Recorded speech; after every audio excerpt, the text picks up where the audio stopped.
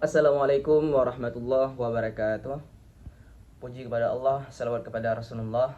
Terima kasih kepada Pak Eka Jonawar, MSOS SC yang telah memberikan waktu kepada saya untuk mempresentasikan hasil kinerja saya pada hari ini di bagian UAS, yaitu dengan judul Pudahnya oposisi dan matinya check and balance, yaitu resiko demokrasi tanpa oposisi yang kuat.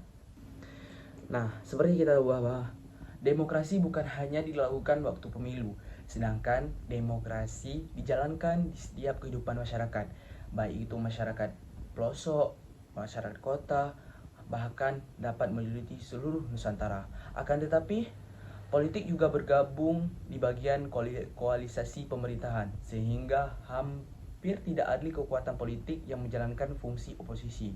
Dengan oposisi ini, pemerintahan dan sistem pemerintahan dapat dijalankan sesuai mestinya.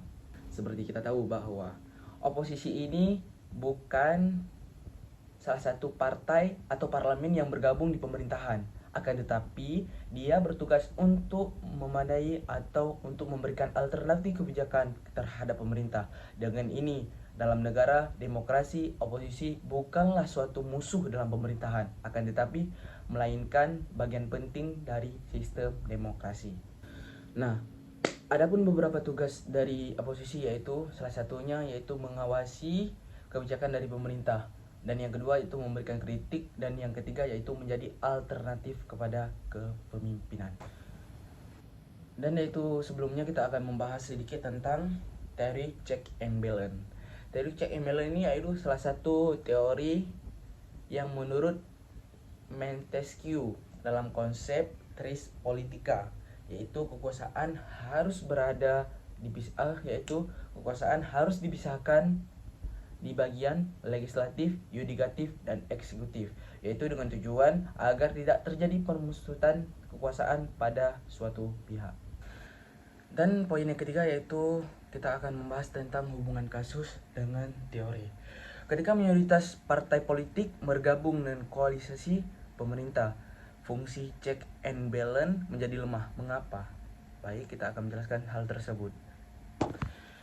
Karena anggota parlemen yang berasal dari pemerintah atau partai pendukung cenderung mendukung kebijakan pemerintah karena dibanding melakukan pengawasan secara kritis. Akibatnya, kritik terhadap pemerintah berkurang. Dengan itu, pengawasan menjadi formalitas. Dan yang poin yang keempat yaitu tentang dampaknya terhadap organisasi. Poin yang pertama yaitu tentang lemahnya fungsi pengawasan. Apabila fungsi pengawasan ini tidak dilakukan secara lancar, maka pengawasan tidak dapat berjalan dengan lancar juga. Dengan itu, suatu proyek atau suatu pengawasan dapat dijalankan sesuai mestinya. Dengan itu, terjadilah korupsi yang merajalela. Dan poin yang ke-B yaitu tentang penyalahgunaan kekuasaan. Apabila terjadi hal tersebut, maka suatu sistem pemerintahan di suatu negara akan sangat melemah.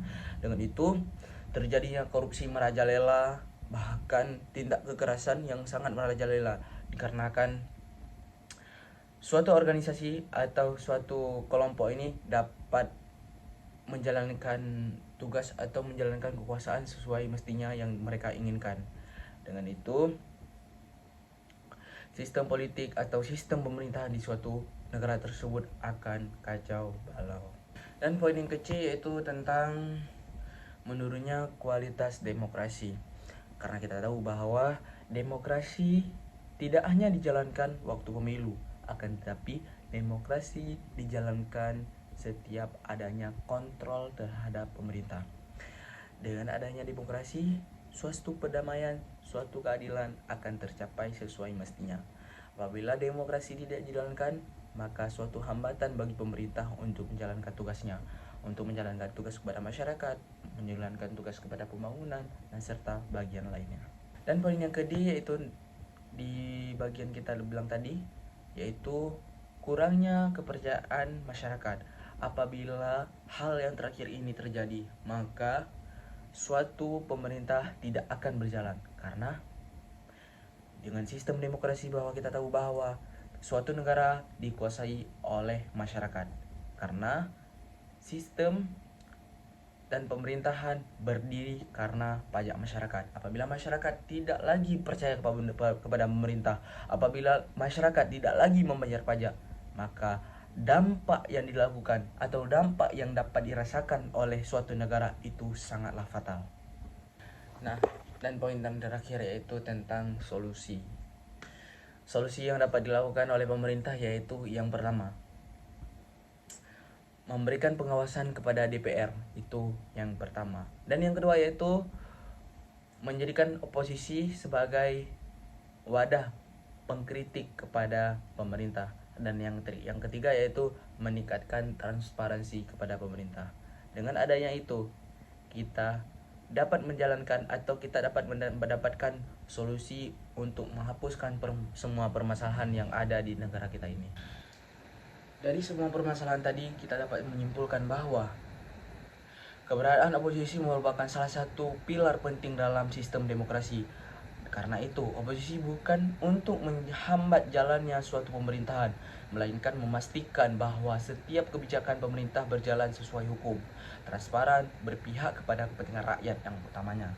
Dan menurut berdasarkan teori Montesquieu tentang trias politika, konsep check and balance, serta teori demokrasi Robert Dahl, dapat disimpulkan bahwa selemahnya oposisi akan melemahkan fungsi pengawasan parlemen, meningkatkan risiko terjadinya korupsi.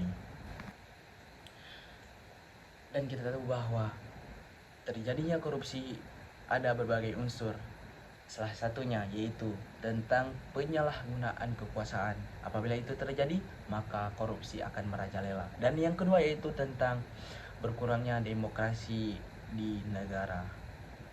Apabila demokrasi itu tidak dijalankan, maka rakyat dan pemerintah tidak akan interaksi satu sama lain. Pemerintah, rakyat, dan rakyat. Hanya sekian presentasi dari saya, lebih dan kurang saya mohon maaf. Apabila terjadi ada kata yang salah, saya mohon maaf. Lebih dan kurang saya mohon maaf. Assalamualaikum warahmatullahi wabarakatuh.